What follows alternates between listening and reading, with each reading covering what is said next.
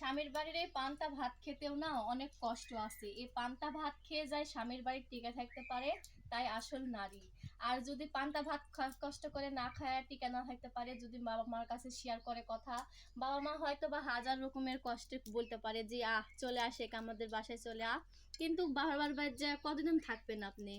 1 মাস, 1 সপ্তাহ, তারপরে তো কিন্তু সব ভালোবাসা চলে যাবে। 1 দিন 2 দিন বাপ মার ভালোবাসা থাকবে, তারপরে বাপ মায়ের ভালোবাসা জান্নাতে উড়ে চলে যাবে। তো যাই পান্তা ভাত খায় স্বামীর বাড়ির টিকে থাকতে পারে, তাই কিন্তু আসল নারী। তো বোন আপনাদেরকে বলি, যাই পান্তা ভাত খেলেও কিন্তু স্বামীর বাড়ির মজা আছে।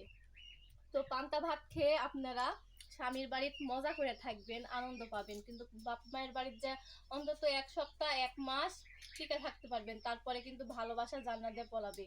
ভাই আছে, ভাউজ আছে,